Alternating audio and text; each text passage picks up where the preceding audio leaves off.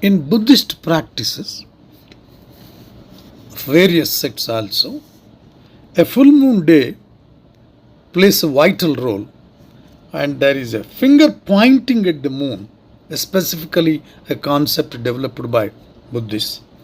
In Mahayana Sutras, a metaphor for truth or reality, that is, the moon is reflected in all bodies of water, lakes, ponds, etc., while its brilliance is undiminished.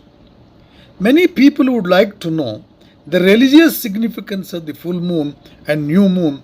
To Buddhists, there is a special religious significance, especially the during the full moon, because certain important and outstanding events connected with the life of Lord Buddha took place during a full moon. The Buddha was born on a full moon.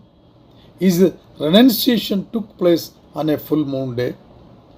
His enlightenment, the delivery of his first sermon, his passing away into nirvana, and many other important events associated with his life span of 80 years occurred full moon. Buddhists all over the world have a high regard for full moons. They celebrate these days with religious fervor by observing precepts, practicing meditation, and by keeping away from the sensual and worldly life. On such days, they direct their attention to spiritual development. Apart from Buddhists, it is understood that other core religions also believe that there is some religious significance related to various phases of the moon. They also observe certain religious disciplines such as fasting and praying during full moon days. A considerable degree of influence on human beings it is felt on a full moon day.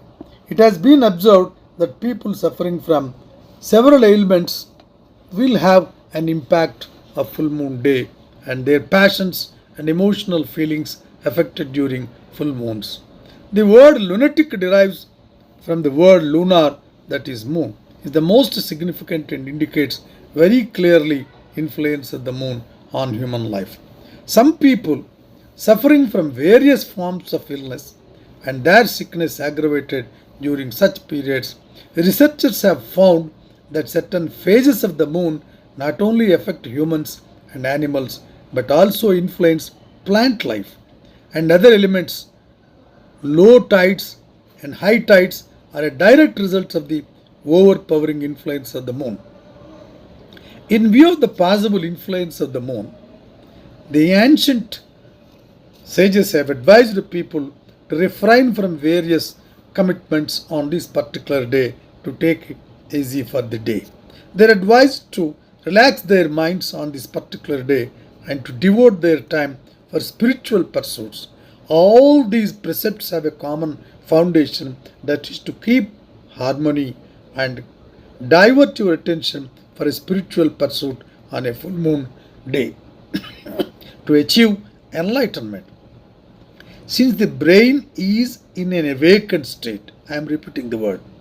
Since brain is in an awakened state, those who have not trained their minds through religious discipline are liable to be subjected to the strong influence of the moon. The Buddha attained his enlightenment on a full moon. Several important events took place, and peace and happiness by calming down the senses. Many Buddhists observe the 8 precepts on a full moon day to be free from family commitments and to keep away from worldly pleasures in order to have peace of mind for their spiritual development.